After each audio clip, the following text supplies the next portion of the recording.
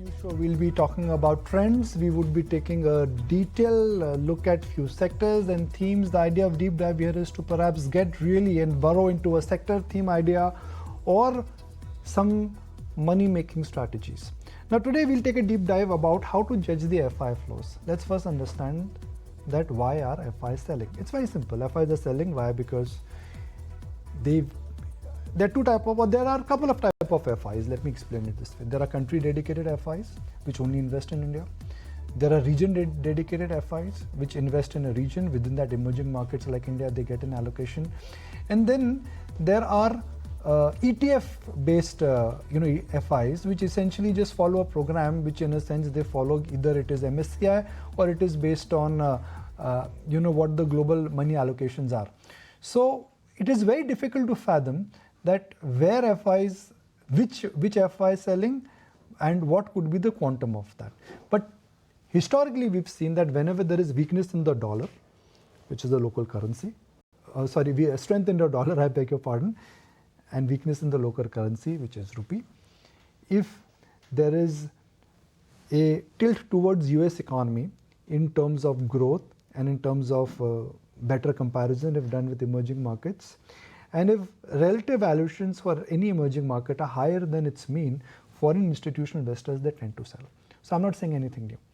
But yesterday's data clearly seems to be indicating and suggesting that maybe we are nearing the end of the winter. So have we really neared what could be called as the end of winter for FI selling, or yesterday's was just one sunny day and it's going to be back to smog, or it's going to be back to fog? Smog because we all know what's happened to parts of India in winter, but it could be fog, I think, if FIs they start selling again. So is it sunshine or is it smog and fog which will come back? So what's the best way to look at it? It's the start of maybe a sunrise. I think it's sunrise. And sunrise means that this trend could last for a couple of days.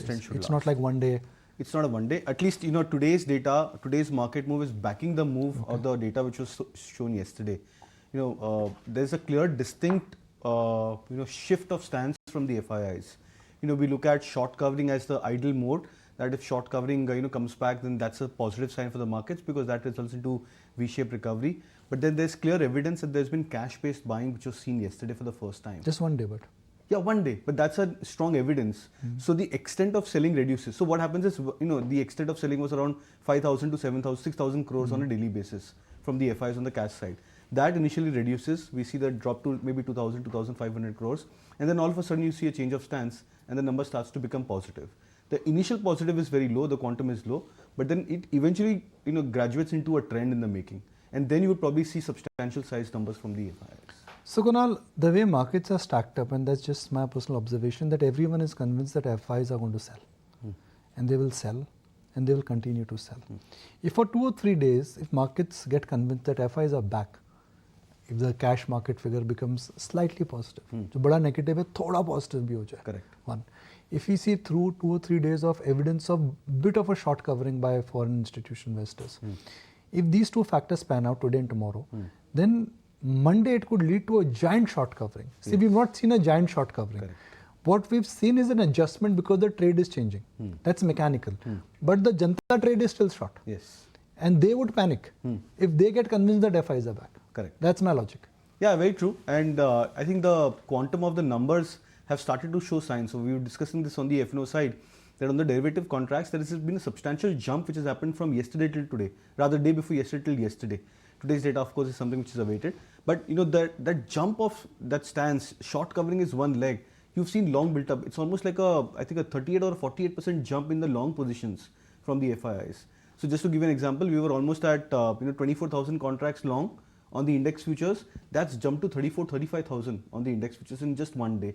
So that sudden change of stance doesn't happen if there is a reason for the FIs to believe that maybe the worst could be out. When did we see this kind of an setup where FIs markets are oversold and FIs made a comeback or made a backdoor comeback?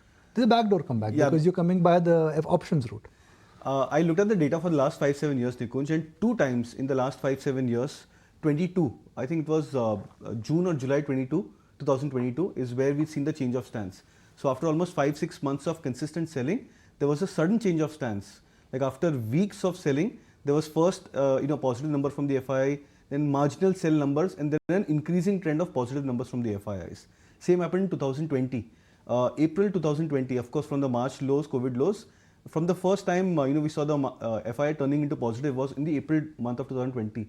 That's when they started to believe that maybe the markets are into a phase of a turnaround. So we saw this kind of a turn twice in last 4 years. 4 years. One was immediately after COVID. Exactly. And the second one was 2022. I think it was around June or July. And then they turned net bias for 6 months. Yeah, that was the time when Russia, Ukraine war. That's a very big, that's important, but a very big call, Kunal. Correct. That you are of the view that this is going to be prolonged sunshine.